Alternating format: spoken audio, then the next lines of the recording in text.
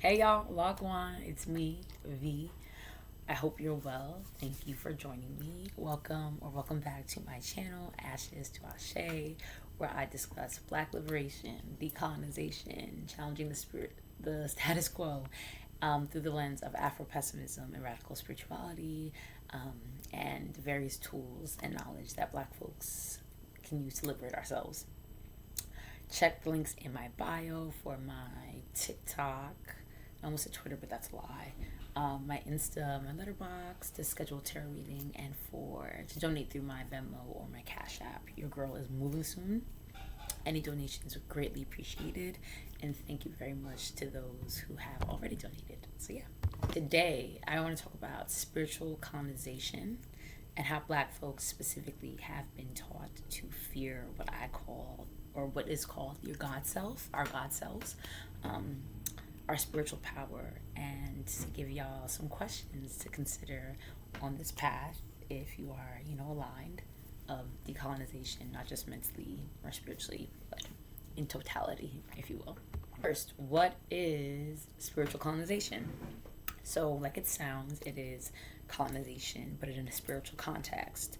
So, colonization is, again, the practice of acquiring full or partial control over another group of people, occupying it with settlers. In this case, would be foreign spiritual ideas, if not specifically fear, and exploiting, right, that fear, those other spiritual beliefs.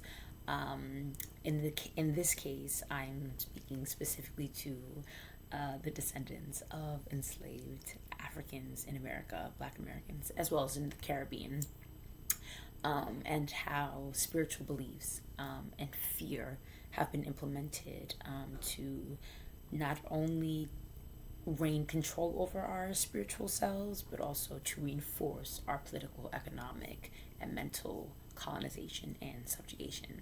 Spiritual decolonization would then be the process of recognizing that this has taken place, understanding the components of it, unlearning it, relearning and reclaiming the spiritual beliefs that not only we had as Africans, right, before and during and right after the onset of our enslavement here in the Americas, but any spiritual beliefs that are tailored to who we are as a people collectively, who we want to be as a people individually, and where we want to go as a people collectively and individually. And those things it's both a collective and individual process and a decision. For example, I am a Buddhist. This is not something that was given to me, not something that was encouraged, not something that I knew anything about growing up. When I grew up, I thought that Buddha was a god. He's not. Buddhism, at least as I understand it, and as most people understand it right today, is not necessarily a practice that my ancestors practiced. And if they did, I doubt that they called it Buddhism. It is not one that was encouraged in me, as I mentioned, not one that was taught to me. And I, like many other Black Americans and Black folks, right, globally, because of the evangelism, right, the spiritual colonization that has happened alongside colonization, right, I was told that anything other than Jesus was wrong, evil, devil worship, that practices like meditation and yoga are somehow demonic. And again, people who taught me that probably do also still think that Buddha is a god to be worshipped instead of a master that you can learn from. Sidebar, I always found it so interesting when Christians talk about, excuse the noise, my roommate is also moving. I always find it so interesting when Christians say things like, oh, meditation is demonic, yoga is demonic. Like, being aware of your own thoughts in your head is demonic. Stretching is demonic. If you have demons, just say that. I don't got no demons though. And if I do, I'm exercising them during yoga. You know what I'm saying? Like, girl, I'm getting rid of them. Anyways. So the main premise of this video is how to stop fearing your God self. So when I say Godself, what do I mean? Now, I was, like most folks, most black folks, raised as a Christian, and I am a cherry picker. And so, one of the beliefs and core principles that I hold near and dear, and that I have chosen to keep, is that we were created in the image of the Most High God, the Creator, and the first people, the indigenous humans to this planet, of this realm, of this existence, were and are black folks, Africans specifically. So I, like other black folks, was raised Christian, and one of the beliefs that is a core tenet of my spiritual ideology, my spiritual faith, right, is that we were, as humans, created in the image of the Most High God, the Creator. And that then, for me, as a black liberation theologist, means that I understand that as the original humans, as the indigenous people to this earth, black folks were also created directly in the image of the Most High, right, of God.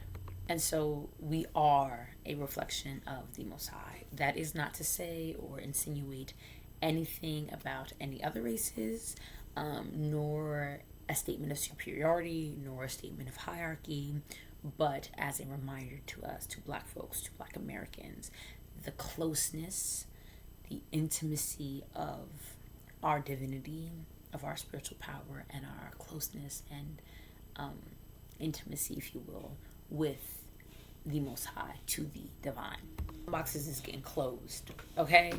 And my favorite example of this is We Deal with the Freakin', an interlude on Solange's, as an old friend of mine used to call it, second gospel album for black women, When I Get Home.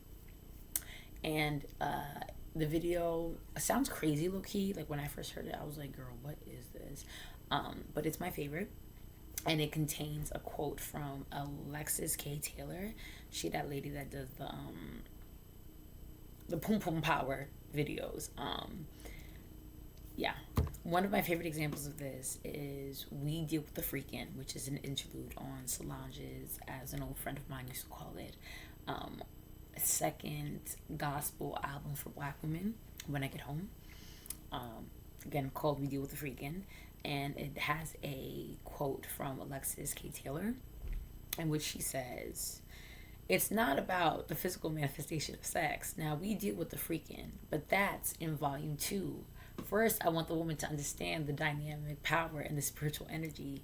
Do you realize how magnificent you are? The God that created you is the divine architect that created the moon, the sun, the stars, Mars, Jupiter, Pluto, Venus. We are not only sexual beings. We are the walking embodiment of God consciousness." Godself, to me, is God consciousness. It is that aspect that I've spoken about before of all humans that has the divine spark, the Ashe, if you will, right, of the divine creator that we all have access to. We are taught in America, but especially as black Americans, that good magic, well, that magic is bad, first and foremost, and that's kind of all you get. Witchcraft is bad. What is witchcraft? Who really knows? But it's bad. Good magic is white magic, and white is what? The race of our oppressors. Black magic, you know what that means off rip, is evil magic, and black being the color that reflects us, right? We are also taught that it is normal, that it is expected and right that we worship the same God as our oppressors, right? Folks who fear us, who hate us, and most of all want us to be disempowered. And most importantly for this video, we are taught that we cannot choose what to believe in, right? That cherry picking, you know, we could get into that as a separate video. But that cherry picking is wrong. That belief is something innate, is something that you're compelled to do against your will, something that you believe in because it was told to you, because it was passed down. It's just something that you do. It's not something that you consciously choose, right? It's not to say that we do not have free will. that our actions and that our choices or inaction, right, lack of choices, if you will, don't have consequences, but just the opposite, that our beliefs, including what we choose to believe in, also have consequences. In Black Liberation and Bootstrap Spirituality, I discussed a little bit about manifestation and its role in Black liberation, right? And manifestation as it's taught now, right? Control your mind, control your thoughts, control your beliefs, or change/control your mind, thoughts, beliefs, and you change your reality. And this, you can control your reality, right? And so for us as Black folks, at least in my experience, and I am a millennial, manifestation is taught as fake, is taught as something that's not real, if not specifically witchcraft, if not specifically evil, if not also, if you decide to manifest something, right, of your own spiritual power, you are going against God, because you should just pray. You should just bother that man all day, and you should beg, and you should keep it pushing. However, for me, as a master manifester myself, right, I do not believe this. And I believe that this is detrimental to us as Black folks, right? Because it pushes us further, not only from Black liberation, but the lives and the ability to create the lives that we want for ourselves, for one another, and for the world. We are, in fact, the walking embodiment of God consciousness. If every single human, individually and collectively, have and can embody and tap into and utilize this power of godliness, this power to create experiences, realities, and worlds, then we Black folks not only have to accept the potentiality of this truth, but also that we have been told and trained to fear it and to stop fearing ourselves as they fear us, right? Where I get to bring in the book that I did get. Oh my God, I should have got your name. I completely forgot your name, bro. I'm sorry. This is a book that was recommended to me by one of my subscribers, Yurugu, An African-Centered Critique of European Cultural Thought and Behavior. It's 600 pages. I'm on page 61. However, there's like graphs in this. You can see I'll be highlighting. I tear my books up. She also talks about, and I should probably actually do a video about this, like the cultural thought and behavior of Europeans, and how the way that we've been taught to think has a specific result, which is the world that we live in. And she does talk about, quite literally, Christianity is a core mechanism of the European elite for the achievement of world domination. I have not gotten there yet, but I'm excited.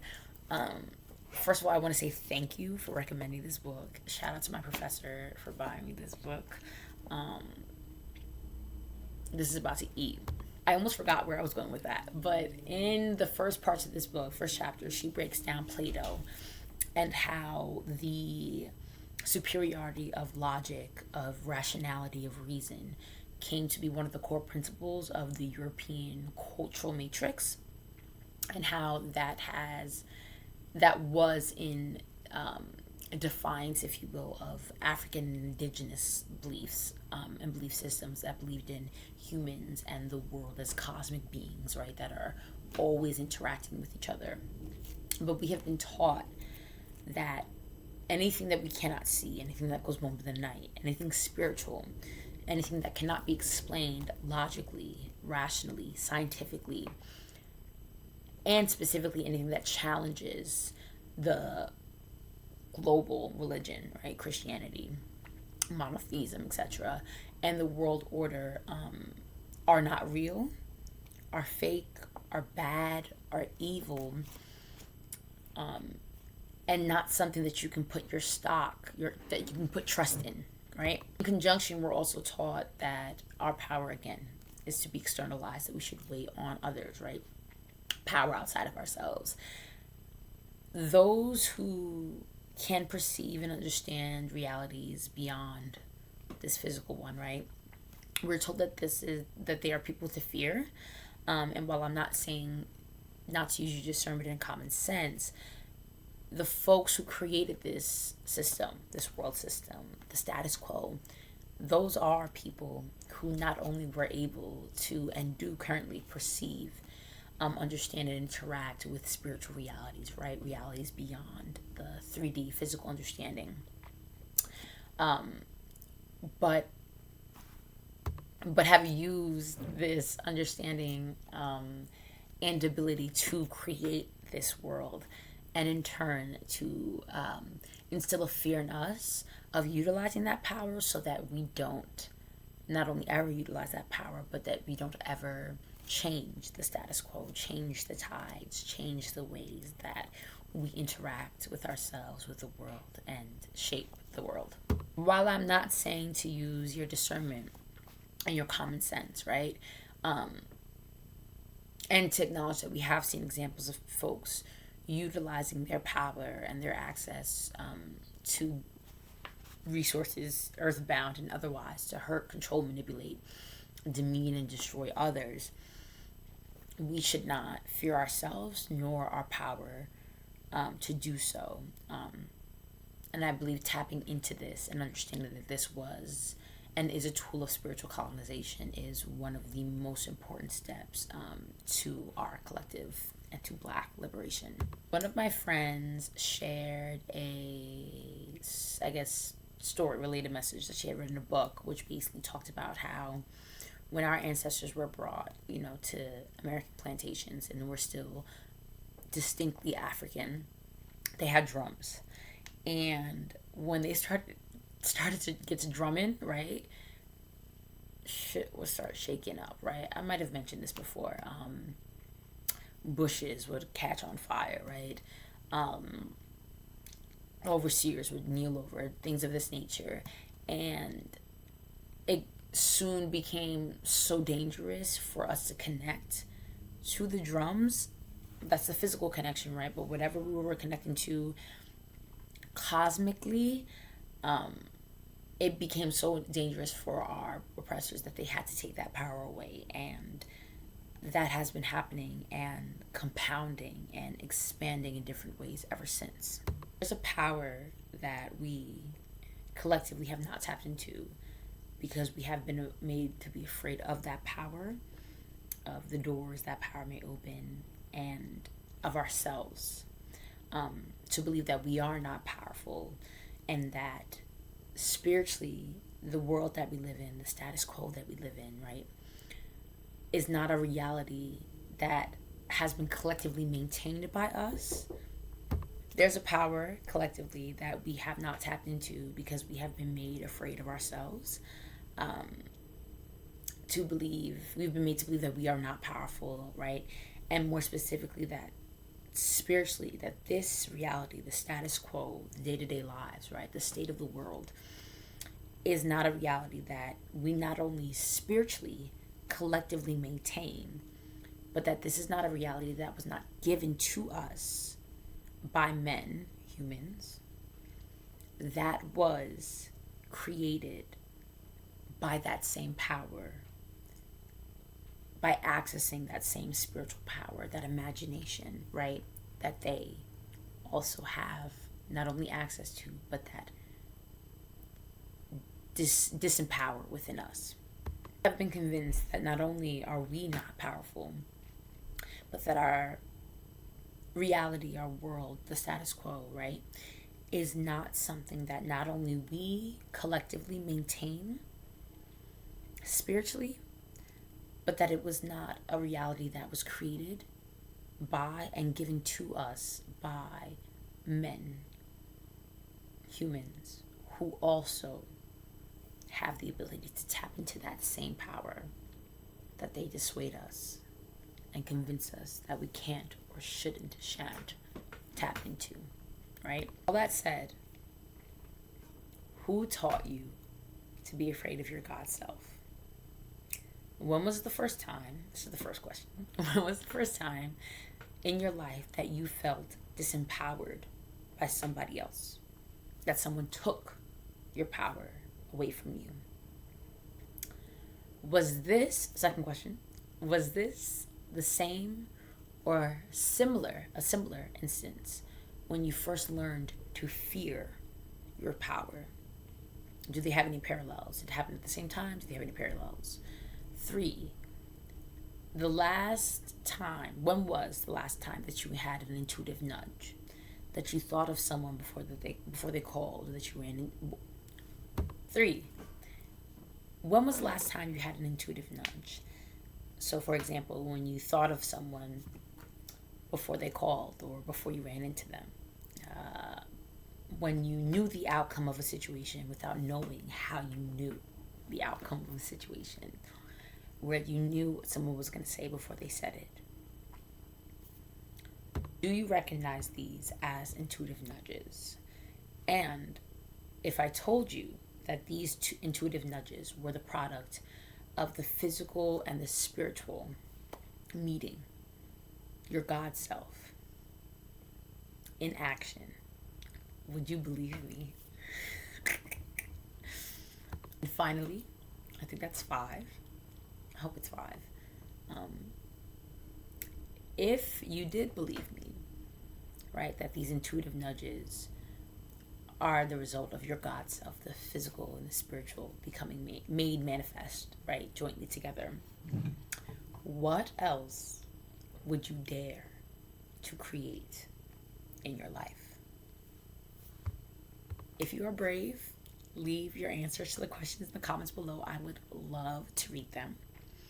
Please leave any video suggestions that you have, because I would love to chit chat about it.